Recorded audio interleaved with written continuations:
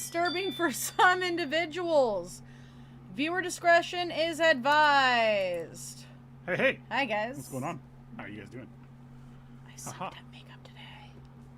All right. We're doing this tonight. Tonight, we are talking about David Koresh, the one, the only. The rock and roller.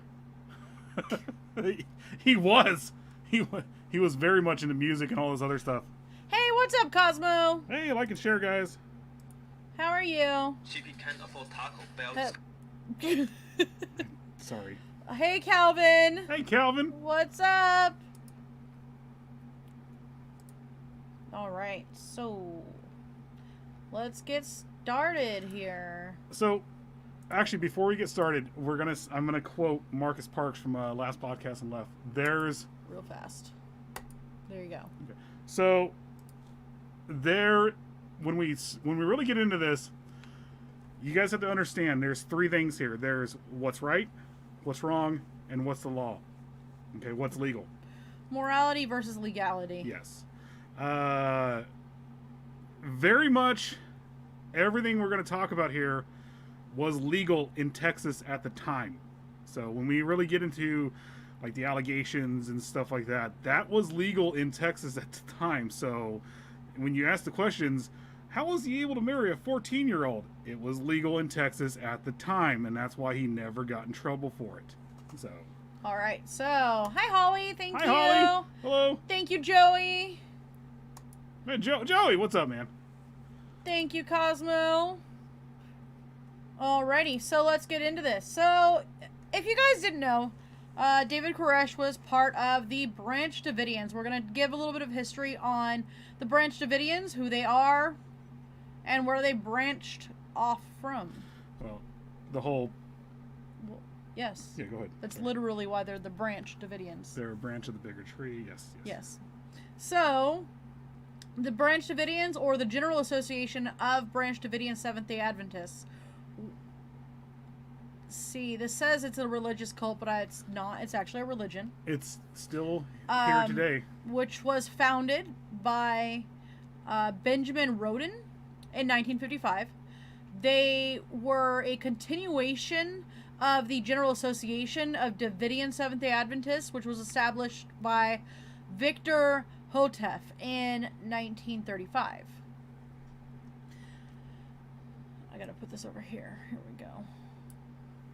So Hotef was a Bulgarian immigrant and a Seventh-day Adventist. He wrote a series of tracts entitled The Shepherd's Rod, which called for the reform of the Seventh-day Adventist Church.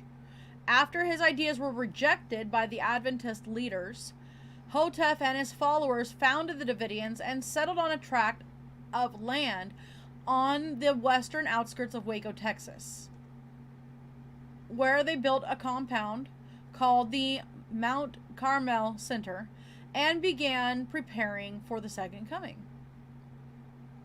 After Hotef's death in 55, his wife Florence became the leader of the Davidians. The same year, Roden, a former follower of Hotef who called himself the Branch, after the branch referred to in Isaiah 11:1, called for Davidians to come to Mount Carmel Center to hear his message.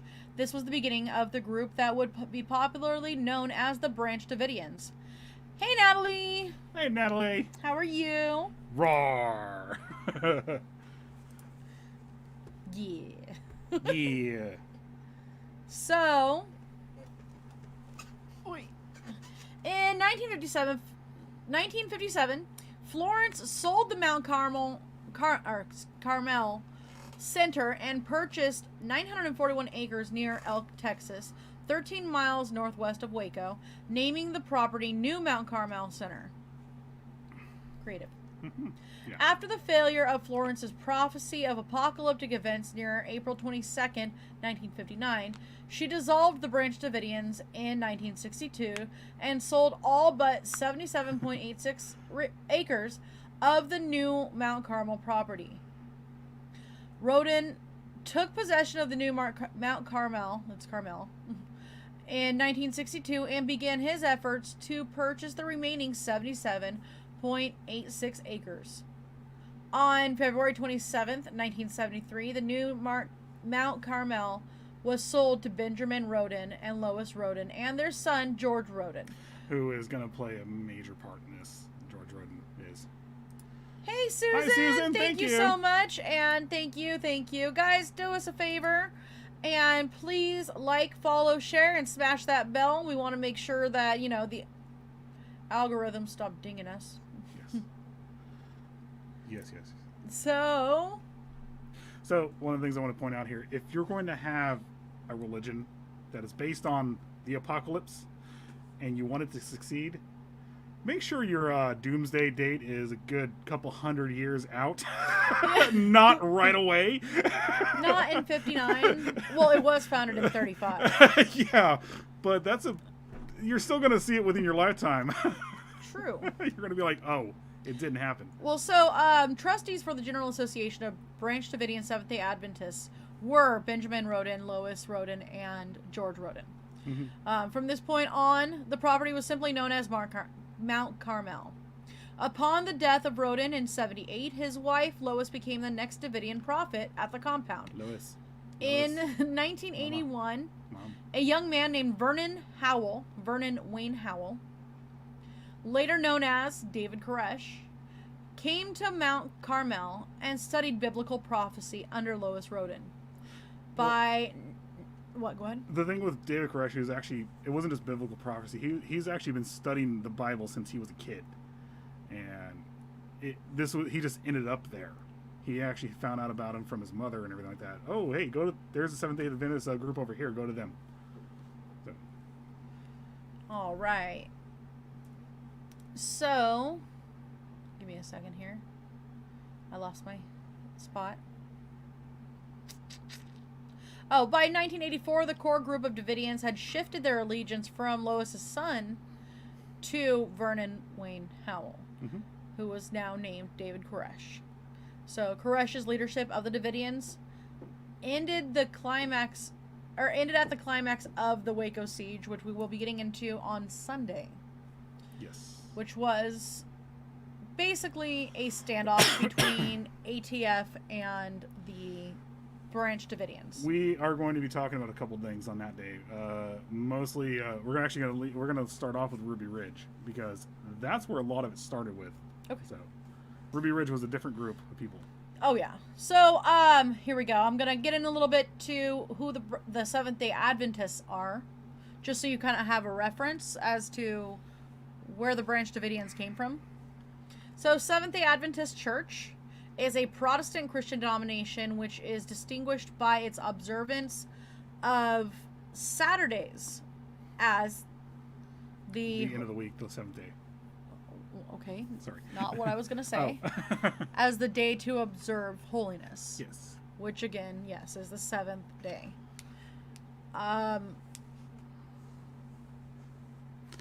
They observe it as the Sabbath. So its emphasis on the imminent second coming, the advent of Jesus Christ. The denomination grew out of the Millerite movement in the United States during the mid-19th century, and it was formally established in 1863. And its co-founders among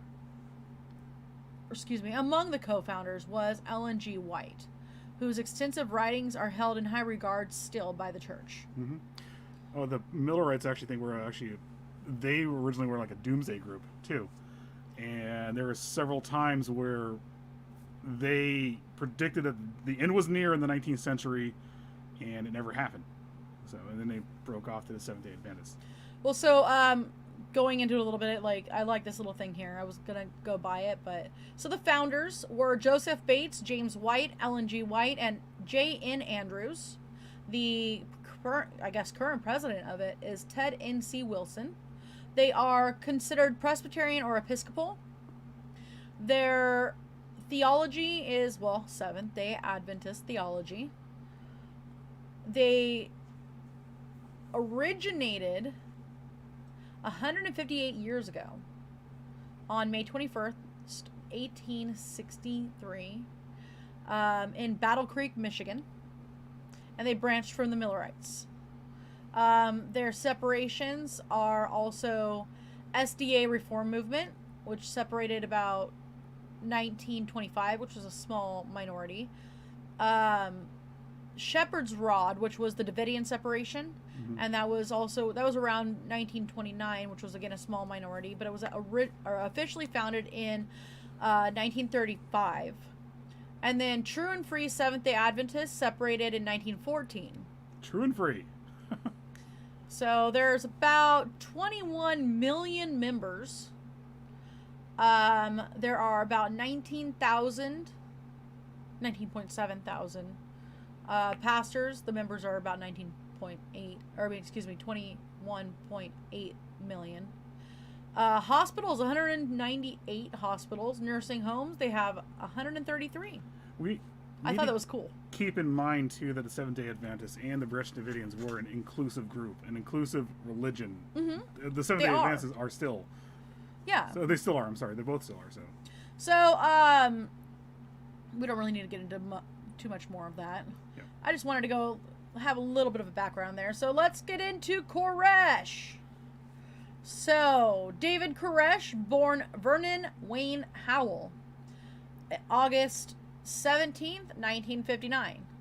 You know, sometime around when that was supposed to, like, you know, when the world was supposed to end, like months later. He was born months later. Yeah. Well, they said that the world was going to end in 1959, and then the Savior was going to be April 22nd. Yes. The Savior was going to be coming then too. And yeah, Ruby Ridge was really sad. It was. Mind you, I don't agree with the I can't think of their names right now. Their mindset but what the government did was not good there either, and it leads into the massacre at Waco. So. Here we go. Yes, Natalie. I remember. Natalie said, "I remember when all this happened." Yeah, I remember it too. I was. It was pretty young when it happened. It was Columbine. It was like when was Columbine? Columbine was after this. Columbine was 99. Yeah. I was going into high school.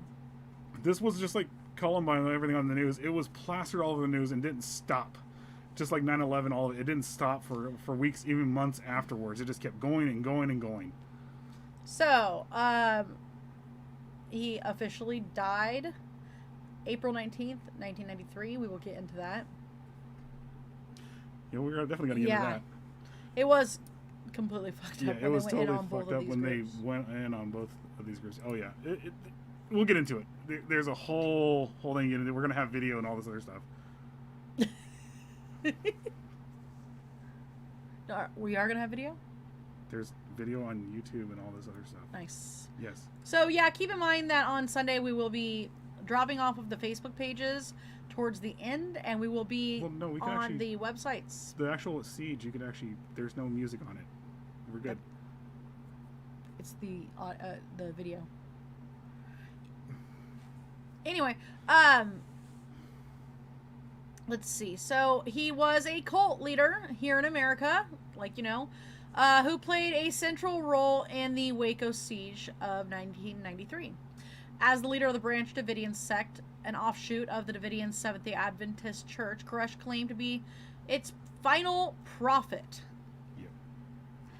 That also plays into a lot of stuff we're going to get into right now with the marriages and everything else.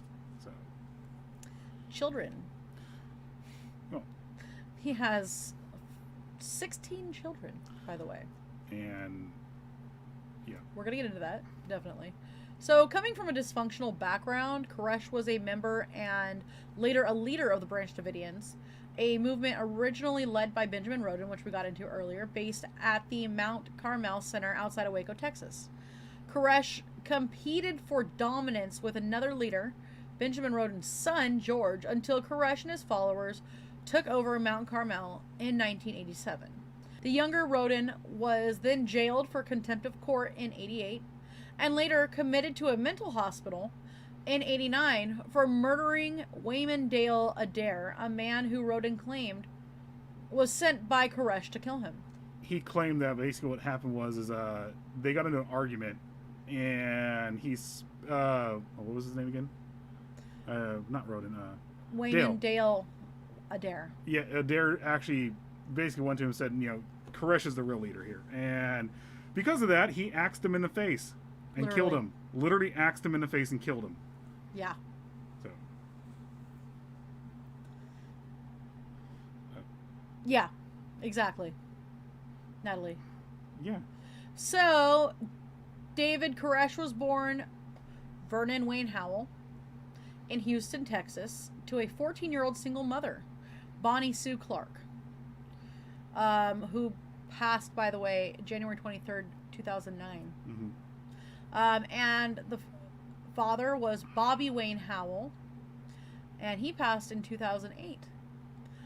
Before Koresh was born, his father met another teenage girl and abandoned Bonnie Sue, who began cohabitating with a violent alcoholic. In 1963, Koresh's mother left with her boyfriend and placed her 4-year-old son in the care of his maternal grandmother, Earlene Clark. His mother returned when he was 7, after her marriage to a carpenter named Roy Haldeman. Bonnie Sue and Haldeman had a son together named Roger, who was born in 1966. Koresh did not meet his father until much later in life, when he was around 17. He described his early childhood as lonely. Due to his poor study skills and dyslexia, he was put in special ed classes and nicknamed Vernie by his fellow students. He had another nickname, but... Koresh dropped out of Garland High School his junior year when he was 19 years old. He had an illegal sexual relationship with a 15-year-old girl who became pregnant. See, it was not illegal at the time, actually. Yeah, him being 19 and her being 15. This is the notes right here, actually. Yeah, this is where we got it from. Before the Romeo and Juliet, or this is before Romeo and Juliet laws, and this is actually before it was illegal. Was it the early 70s or something like that? Yeah, this is...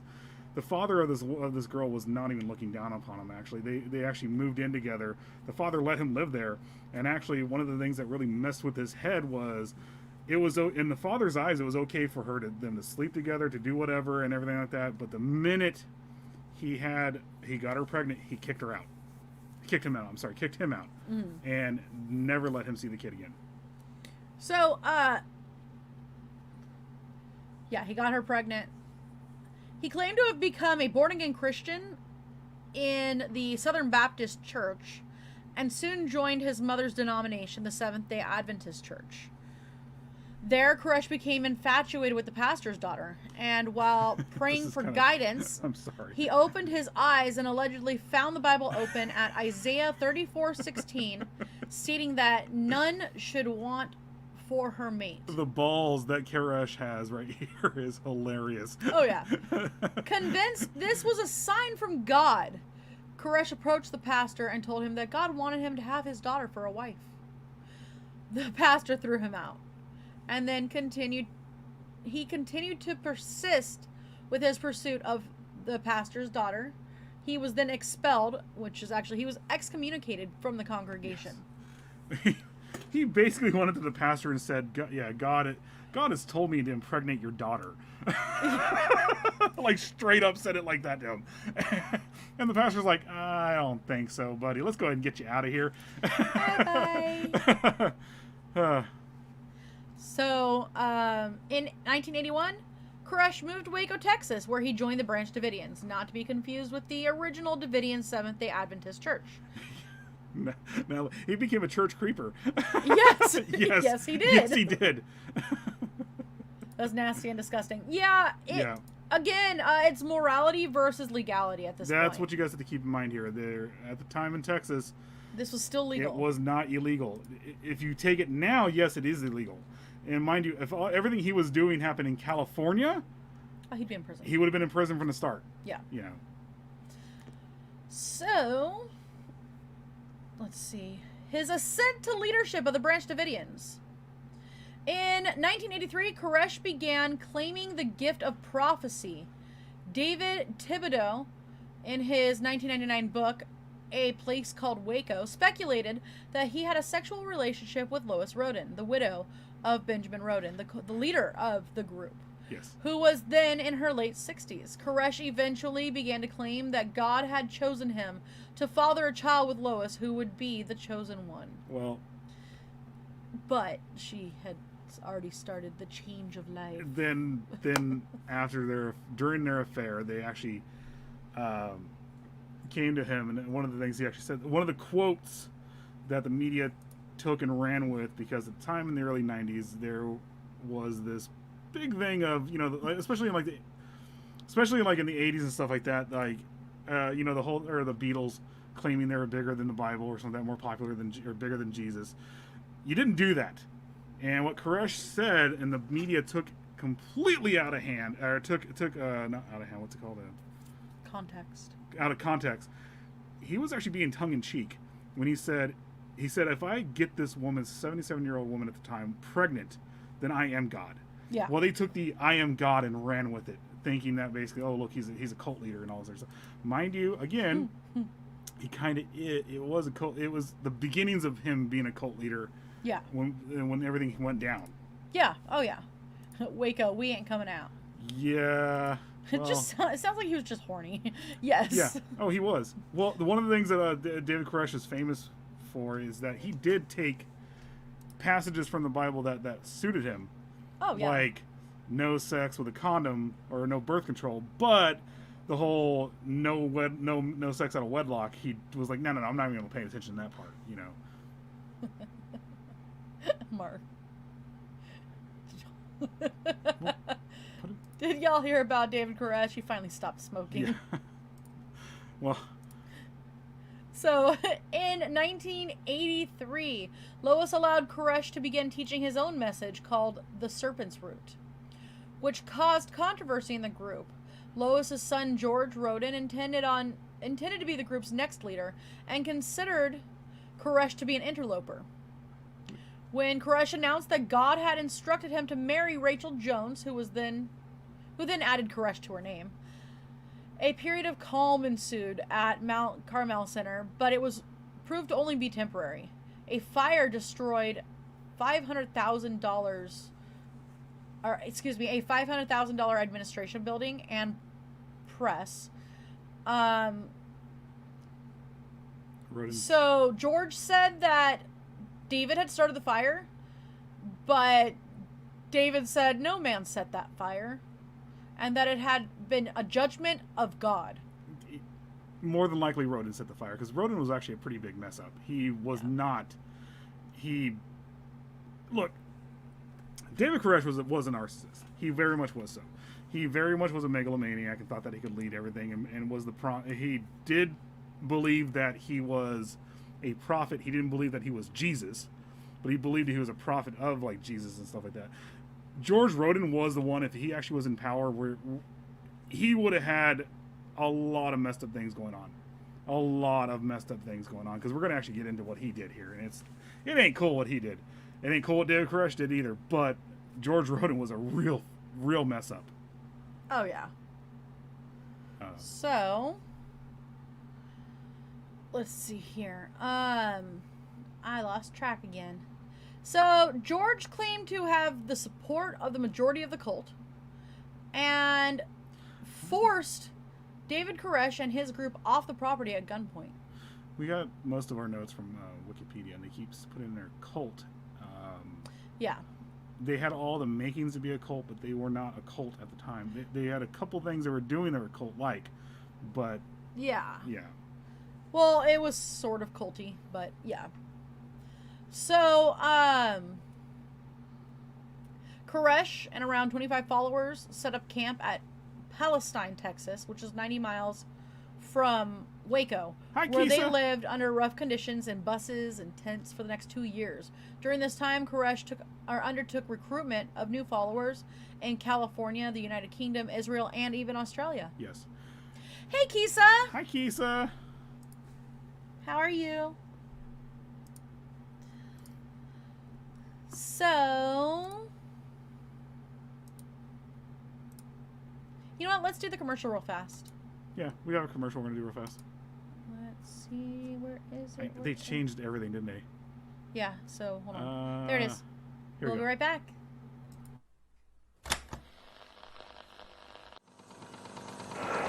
This is Mikey from Out of the Ordinary, and you're watching PBDC TV.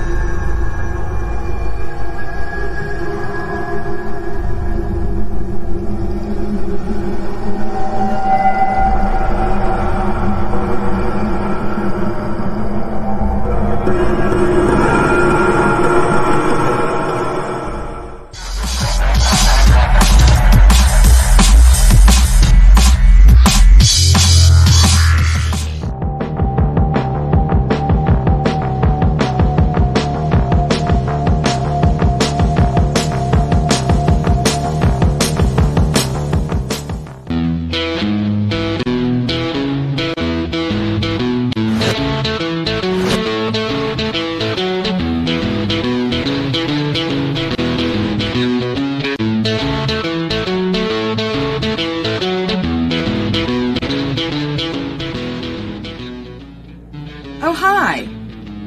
First thing in the morning, when I'm listening to music and getting a little bit of time for some creepy research, I'm always representing with my PBDC merch. What a better way to have a cup of coffee in the morning.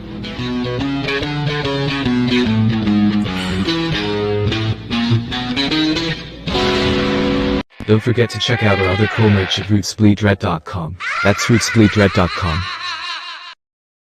This is Professor Edgar Fluffosaurus from Spooky Tales with Steve the Cat, and when I'm not hosting Monster Chat or knocking down small Japanese cities, I'm watching PBDC TV. Now back to the show. And my human is wearing That is so Crispy Red awesome. merch right now. Look at this. Hell yeah. Right here. Look at that. Yeah. You too could have one of these awesome shirts. So, They're really comfy, actually. they actually very much are comfy. All right, so Where do we leave off? we left off with his recruitment from people here in California, in the United Kingdom, in Israel, and Australia. So the one thing they're actually not getting into here, how he was able to recruit so many people, was David Koresh was actually a pretty good musician. Mm-hmm. And one of his early goals was, or dreams, was to become a rock star. He was apparently better than Charlie Manson. Well, I don't know. I actually like. I'm sorry. I'm one of those guys. I heard Charles Manson's music. I liked it. It's actually pretty good. But I'm saying he was apparently better than him. But Charles Manson literally sang about the time, whereas Koresh gets into everything's all, about teaching the Bible and stuff like that. That's what he did, and that's the two differences. But David Koresh actually had a badass warlock. I'm not gonna lie. But David Koresh connected with people by playing music and being interested in it. And so he would go to all the dive bars in California. He'd go to all these places where there was a lot of people who needed just needed leadership. They needed someone to believe in them, and like he would connect with them by talking about music and getting into music with them. So I'm all sort of culty. Yeah, it is sort of culty. It's not there yet. It didn't have a chance to bloom into a full cult like Jamestown or Jonestown. Sorry. Jonestown. Oh, thank you, Cosmo. That's awesome. Yeah, I love you too, man. We are great. We're doing good. You. We're doing good. Manson only had like one or two that I liked. The rest was high gibberish. Yeah, well, that was the time, and you know, I don't know. Maybe it's because I'm like super into like. Well, I mean, I kind of like created the black metal sound. There is no Frank here. I don't know who you're talking to, Joey. I do very much like atmospheric black metal and atmospheric music, and that's why I kind of like the gibberish and all the weird stuff that he did. So, well, Frank's there's the here. solution to cults: sign all shitty musicians. Yes. Yes. So the founder of the Davidian movement was Victor. I thought you said the fatter Davidian movement for a second. Okay. Sorry. The founder of the Davidian movement, Victor Hotef, wanted to be God's implement and establish the Davidic kingdom in Palestine. Koresh also wanted to be God's tool and set up the Davidic kingdom in Jerusalem. He almost actually did set up in Palestine, Texas. The Texans pronounce it Palestine. It's Palestine. At least until 1990, he believed the place of his martyrdom might actually be in Israel. But by 1991, he was convinced that his martyrdom would be in the U.S. instead of Israel. He was not wrong.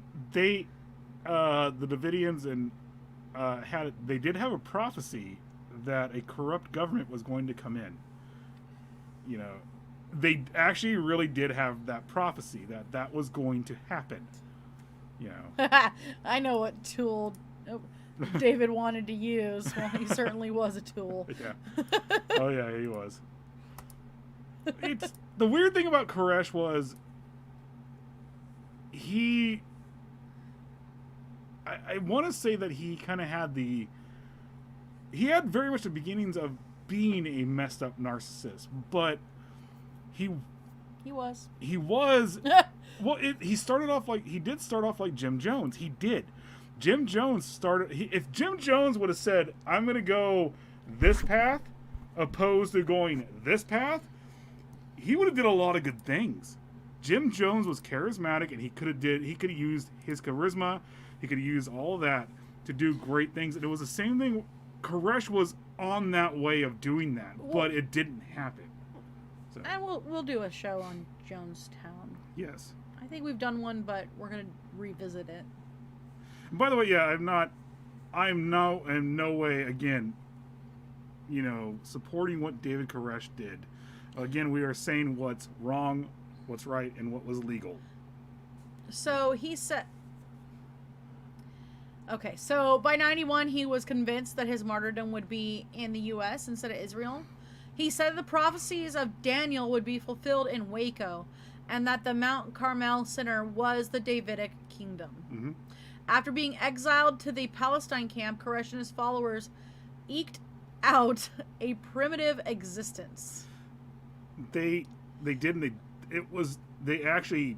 No, for 2 years they were living in tents and buses and mostly buses. They had no choice though. Yeah. Again, they were kicked off their land by George because he was just an arrogant bastard and didn't care about these people because he just wanted power. He literally pushed them out into this 90 miles away from Mount Carmel, and they did it. They sat there and lived in heat. And you got to understand, it's the desert in Texas. You know, it's pretty freaking hot there. It doesn't get cold; it just stays hot. So. Yeah. So when Lois died in 1986, the exiled Branch Davidians wondered if they would ever be able to return to Mount Carmel Center. But despite the displacement, Koresh now enjoyed the loyalty of the majority of the Branch Davidian community. Mm-hmm.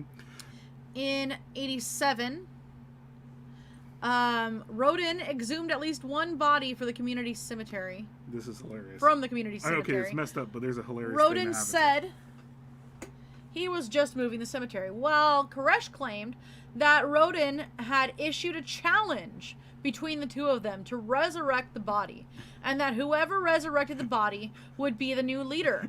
Now, this went on for a long time, actually, for days. 50... No, this part it went on. Well, it only happened over a period of a couple of days. David Koresh. But the argument and everything like that was like... Oh, yeah, the argument... This was like a 51-day thing, I think. Well, the siege was 51 days. But the argument of who was the real leader actually went on for a couple of years. Yeah. But it finally came to a head here when Rodin was... Basically what happened was Rodin goes out to the cemetery, digs up a lady that was that died, I think, 20 years prior, and brings it back to Mount Carmel.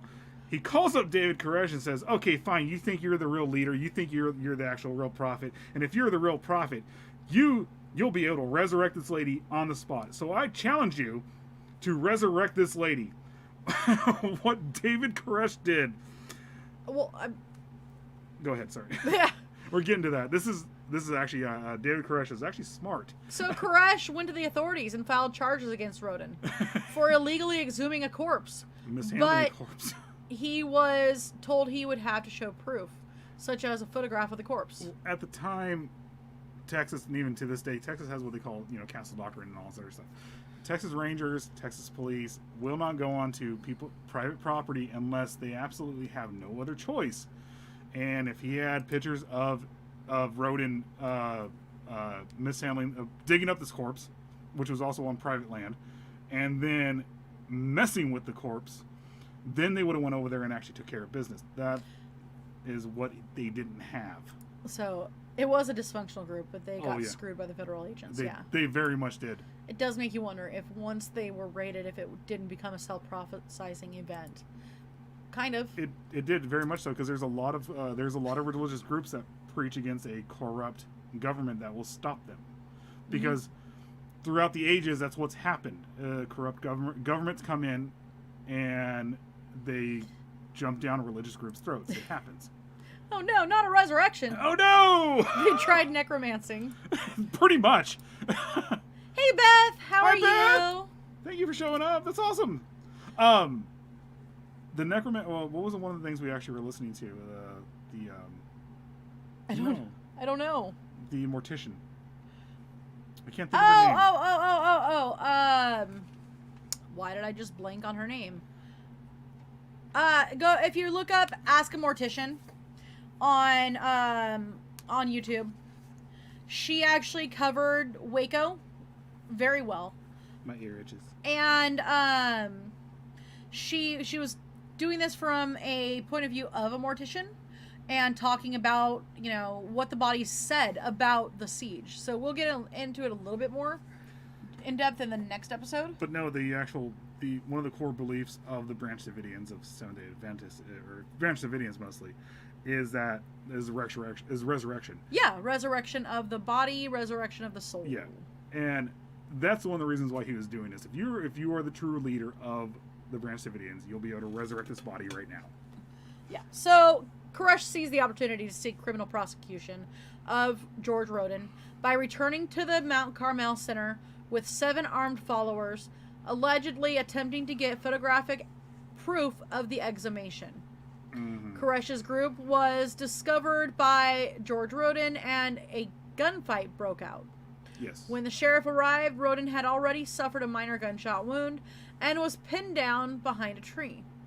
As a result of the incident, Koresh and his followers were charged with attempted murder. At the trial, Koresh explained that he went to the Mount Carmel Center to uncover evidence of a criminal disturbance of a corpse by George Rodin.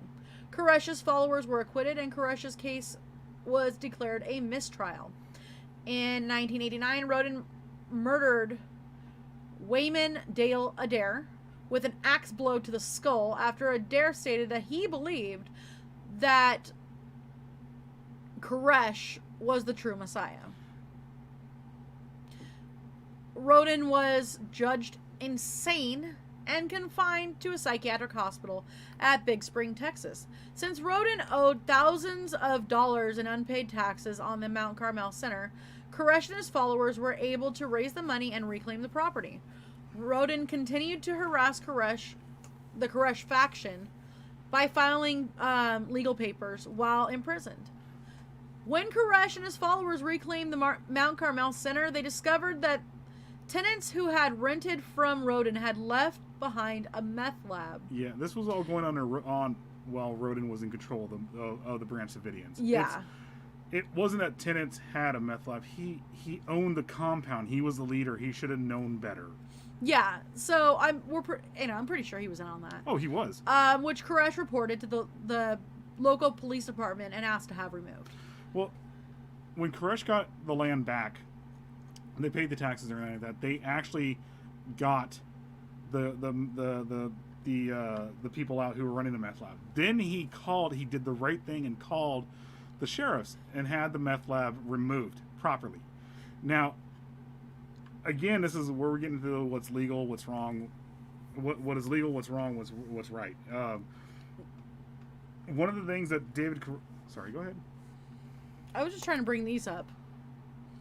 I want to see a cult leader appear that doesn't claim to be a prophet, etc. I want to see a cult leader that's just a regular guy like a plumber, but claims to be the plumber. I am the answer to your clogged drains, and here's some literature. Pretty much. And that's next week, by the way. No, the week after. Yeah, we are going to read it.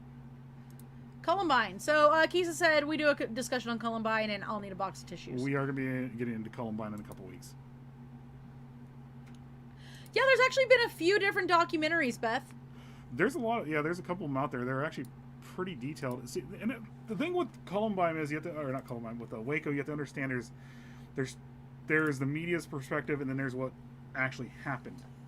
And with videos and stuff like that, the infrared, you could actually see what really happened with the compound.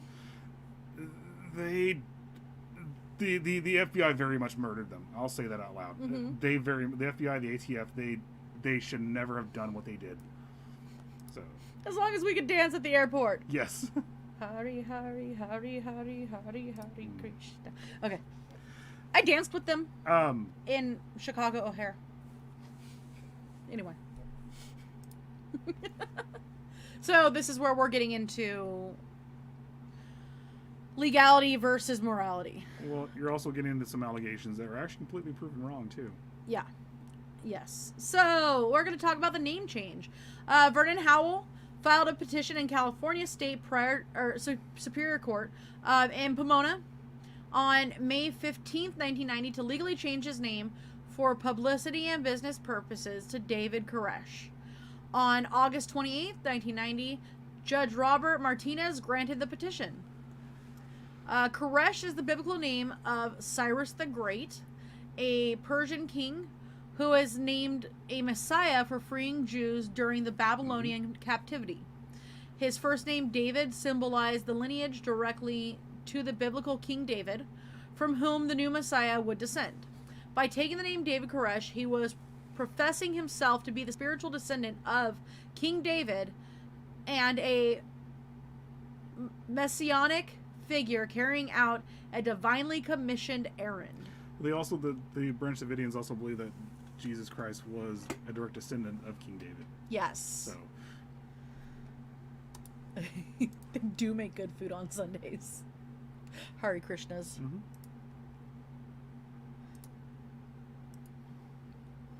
The what? The guys that give out the flowers? Yes. Yes. The Krishnas are the ones that give out the flowers. Yep. I was in a cult.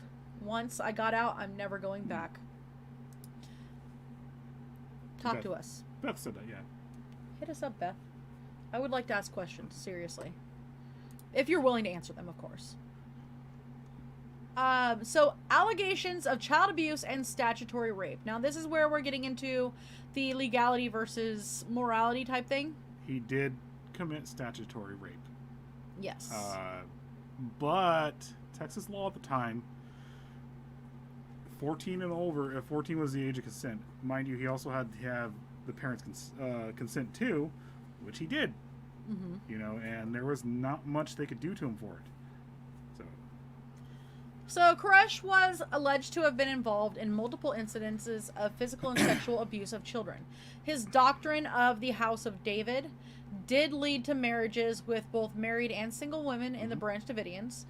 This doctrine was based on a purported revelation that involved the procreation of 24 children by chosen women in the community. These 24 children were to serve as ruling elders, as stated in Revelation 4, over the millennium after the return of Christ. Yes. I forgot what I was going to say. Go ahead. These women purportedly chosen through this doctrine included at least one 14-year-old, Michelle Jones, who was the younger sister of Koresh's legal wife, Rachel, and the daughter of lifelong Branch Davidian Perry and Mary Bell Jones.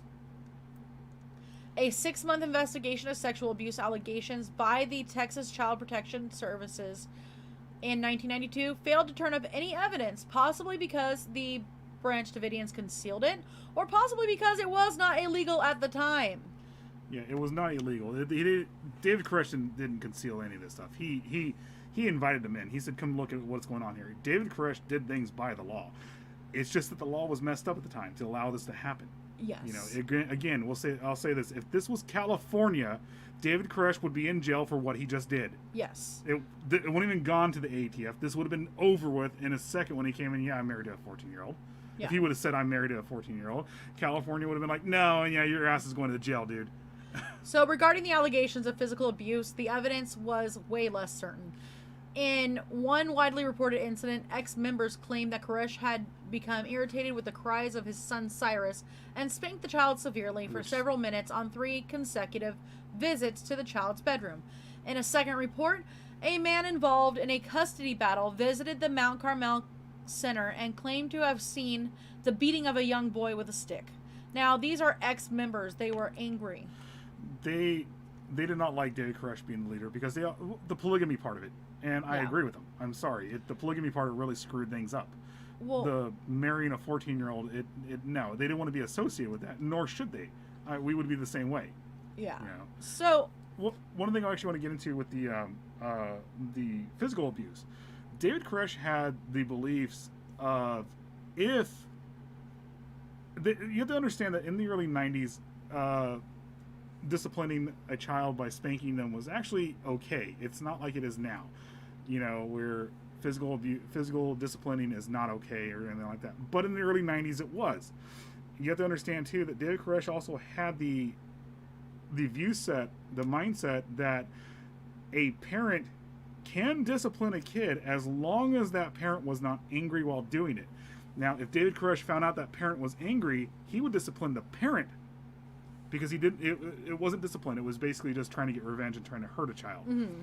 it was abuse at that point. Granted, David Koresh, everything with the 14-year-olds, it's kind of weird, but that part of it, they were not physically abusive to the children in any way, shape, or form. So go ahead. Sorry. So Natalie says, does anyone remember the Moonies? We should do something on them. Yes. We need to. Yep, the hairy fishnets. Hairy fishnets. Yeah, Natalie says, no. What? Which one? Oh, yeah. People, and Natalie says, yep, people have to take history into context. And a lot of people don't. They project themselves as they are now into their shoes and are like, oh my God, this is absolutely terrible. It was terrible what he did, marrying 14-year-olds. But again, it was legal at the time. Contextually. Yep. Polygamy never works. You can't even get 5 people to agree. Exactly. I can't even think of where I want to go for dinner tonight. So, I agree. So, finally, the FBI's justification for forcing an end to the 51-day standoff was predicted on the charge that Koresh was abusing children inside the Mount Carmel Center. Allegations that had been made that he fathered children with underage girls. What? That it was actually the ATF, not the FBI. Yeah, I don't know. And that was not the, This yeah, is those the notes wrong are wrong. note. This The ATF actually had no jurisdiction over that in any way, shape, or form. What? the FBI, you mean? No, the ATF. The FBI does have jurisdiction. Over Oh. that. The ATF had no jurisdiction over child abuse or anything. ATF, alcohol, tobacco, firearms. That's their jurisdiction. Yeah. What they tried to get him for, now mind you, is holding guns. Again, it wasn't illegal at the time in Texas. The most what they would do to make money, because they had to roughly have about $15,000 a month to survive. The way they made money was gun shows. Yeah. So they actually legally sold firearms in Texas at gun shows. Now, again, not illegal in any way, shape, or form. When the ATF came knocking at one of Koresh's gun dealers that he would buy firearms off, he actually tried to warn David Koresh. Mind you, the guy was standing right there by the gun dealer, and David Koresh had put him on the phone. Let me talk to him. Tell him he's free to come over here and look at my collection of guns that I'm selling, because they were all legal. The most David Koresh that had illegal firearms were he took AR-15s, which in '93 and whatever were legal in Texas. He modified them to make them somewhat fully automatic with basically like the bump stocks. Sorry. No, go ahead. He made them fully automatic to make with bump stocks. Bump stock actually technically doesn't make anything fully automatic. It's what it says. It basically bumps the trigger and makes it fully automatic. The most he had to pay on that was he didn't pay the registration fees on that, and the most he would have got out of that from the ATF was like a $200 fine. It was nothing. The ATF really couldn't go in there on that and any of this stuff. So what it's actually saying here isn't talking about it was phrased wrong, but yes, sorry. The FBI did get involved when it came to the child abuse allegations. There were allegations because they said that he had fathered children with underage girls in the Branch Davidians, and that's how the FBI was involved. Janet Reno, who was the Attorney General at the time, God, that woman. I know, told reporters, "We have specific information that babies are being beaten." However, FBI Director William Sessions publicly denied the charge and told reporters that they had no such information about child abuse inside the Mount Carmel Center. They had none because it wasn't happening. Well, a careful examination of the other child abuse charges found the evidence to be weak at best and ambiguous, casting doubt on all of the allegations. Mm-hmm. So the allegations of child abuse largely stemmed from detractors and ex-members. The 1993 Justice Department reports cites allegations of child sexual and physical abuse. Legal scholars point out that the ATF had no legal jurisdiction in the matter of child protection, and these accounts appear to have been inserted by the ATF to inflame the case against Koresh. For example, the account of former Branch Davidian Janine Buns is reproduced in an ATF affidavit. Mm-hmm. She claims that Koresh had fathered at least 15 children with various women and girls, and that he personally delivered 7 of these infants. Buns also claims that Koresh would annul all marriages of couples who joined the group and had exclusive sexual access to the women and the girls. That actually, that's a half truth. What David Koresh would do, and because he was the prophet of this, we'll just say it, cult now, because this is where it does start becoming a cult. Yes. David Koresh, the only one who was allowed to procreate was David Koresh. It didn't mean that other couples weren't allowed to have sex. It was the only one that was allowed to procreate was David Koresh. So basically, if a chick got pregnant, she had to be like, "Oh, it's David's." Somewhat like, yeah. He actually, I want to say he actually fathered 12 children. 16. 16, I'm sorry, 16. The sad part is when we get into the whatever 12 of his children died in the raid. Cyrus, Star. But and this is where it gets to him kind of controlling things, because he was saying, I'm the only one allowed to procreate because I'm the prophet, and I'm going to father 24 children that are going to be the kings and rulers after the apocalypse happens. So I'm going to get to some of these real fast. Yeah. In all seriousness, that whole operation was a textbook Charlie Foxtrot. Yeah. Yeah, it was. If it came down, Mark, if they did things properly, the ATF would have turned around. All of them would have said, "We have nothing here to get this guy on." One of the things they actually were told that if one of the things that the ATF tried to do was sell illegal firearms to the Branch Davidians, and the Branch Davidians came up to the guy who was posing as an illegal firearms dealer. They actually said, "These are illegal. Get him out of here. Yeah. Get him out of here now. We don't want anything to do with this." The Branch Davidians literally did everything by the law, by the book. So Natalie says, I watched this on the news, and I swear once the time for surrender was up, they locked these people in, and it was like shooting fish in a barrel. I remember being appalled. They came at them. We'll show footage. They came at them with Abrams tanks. Mm-hmm. Abrams. These were. When we get into this, the ATF, the Davidians actually could have decimated the ATF because they knew they were coming and they didn't. It literally was David meeting them at the door, then all of a sudden shots were fired. So we're gonna get in all that. We're almost done here, but we're gonna get in all that. So next on Sunday. Heard about that? Was extremely evil for that. Yes, it was. Yeah. So with all the faulty info on the Davidians, it would be better if none of them had survived as far as the shadiness of the government agents. Yeah. Oh yeah. So in his book, James Tabor states that on a videotape that was sent out of the compound during the siege, Koresh acknowledged that he fathered more than 12 children by several wives. On March 3rd, 1993, during the negotiations to secure the release of the remaining children, Koresh advised hostage negotiators that my children are different than those others, referring to his direct lineage versus those children whom had previously been released. Okay. So the Branch Davidians after Waco. One modern incarnation of the Branch Davidians exists under the leadership of Charles Pace, a follower of Ben and Lois Rodin. Hey, Amy Lynn. How are you? Hey, Amy. What's up? Love the picture. ADD moment. Who was a member of the Branch Davidians from the mid-70s. The Branch, the Lord Our Righteousness, is a legally recognized denomination with 12 members. Pace says that Koresh twisted the Bible's teachings by fathering more than a dozen children with members' wives. Mm-hmm. Pace believes that the Lord has anointed me and appointed me to be the leader, but he says he is not a prophet, but a teacher of righteousness. Yeah. Other Branch Davidians, led by Clive Loyal, continue to believe Koresh is a prophet and wait for his resurrection, along with the followers who were killed. There's a lot of Branch Davidians right now that actually believe that. Both incarnations are still waiting for the end of times. Yeah, the other, what was his name? Clive, no, not Clive Loyal. What's his name, the other one? Charles Pace? Charles Pace, that's a very small portion of them. Like you said, it's only 12 people.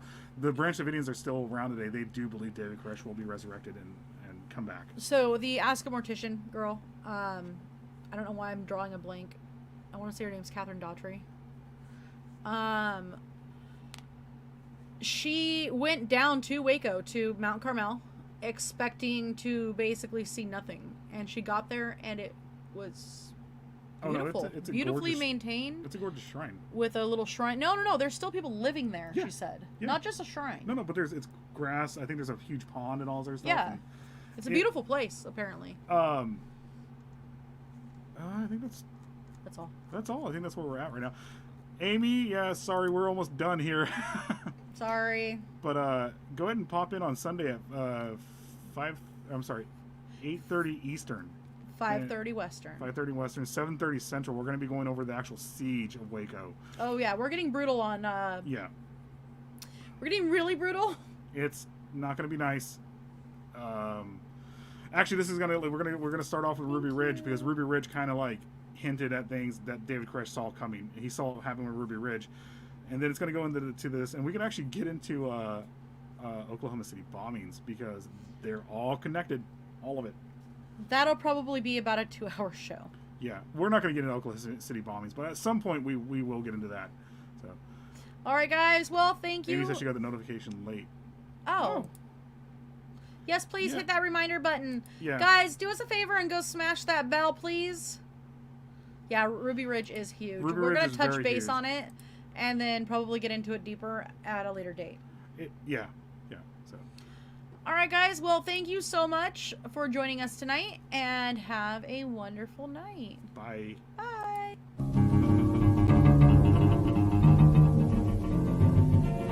I know that the world